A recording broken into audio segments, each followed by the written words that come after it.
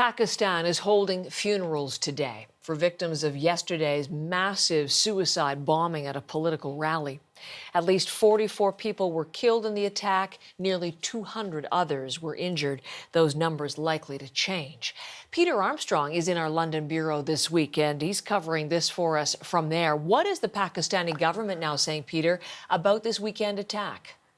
Yeah, good morning, Heather. There is, as you would imagine, a strong assurance from the government that, they're going to find out who did this and get to the bottom of it. But, for now, the main government response has really been one of logistics and making sure that the people that are victims of this attack are getting the help they need, that the rescue operation yesterday was underway and under control.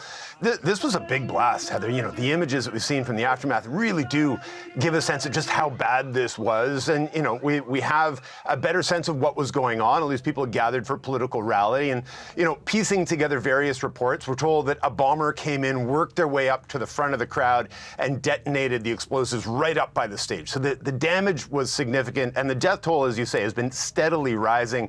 200 people or so wounded in this attack. A lot of the people that were sort of more lightly injured have been released from the hospital. The more critical ones were sent to bigger hospitals in Peshawar, for example, but a lot of them are critically injured. So that number has been steadily rising over the last several hours, and we're told will continue, sadly, over the course of the rest of the day. So the government's really been just trying at this stage to coordinate efforts to get the wounded to those hospitals, get the care they need. But, there are obvious and critical political questions out of this. And I would imagine that over the course of the day today, Heather, we'll see the government's focus shift from that sort of immediate logistical question to issues like preventative security, what response, if anything, we should expect. So that's really what we'll be watching for through the course of the day. Has anyone or any group, Peter, claimed responsibility? No, we haven't got any official claim yet, but, that's something we'll be watching for today. A lot of the outlets, throughout Europe and throughout sort of the region are trying to piece together some pretty well-known threads and piece those together. We know there's been a significant uptick in violence. We know a lot of that has been driven by Pakistani groups affiliated with Taliban on the one side and ISIS on the other.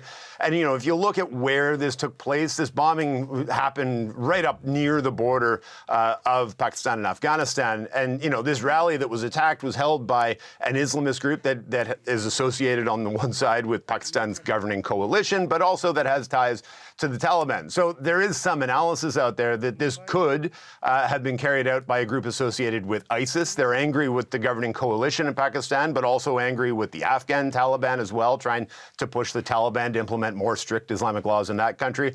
And Heather, that the political landscape in Pakistan is important to all this. It's been such a year of turmoil.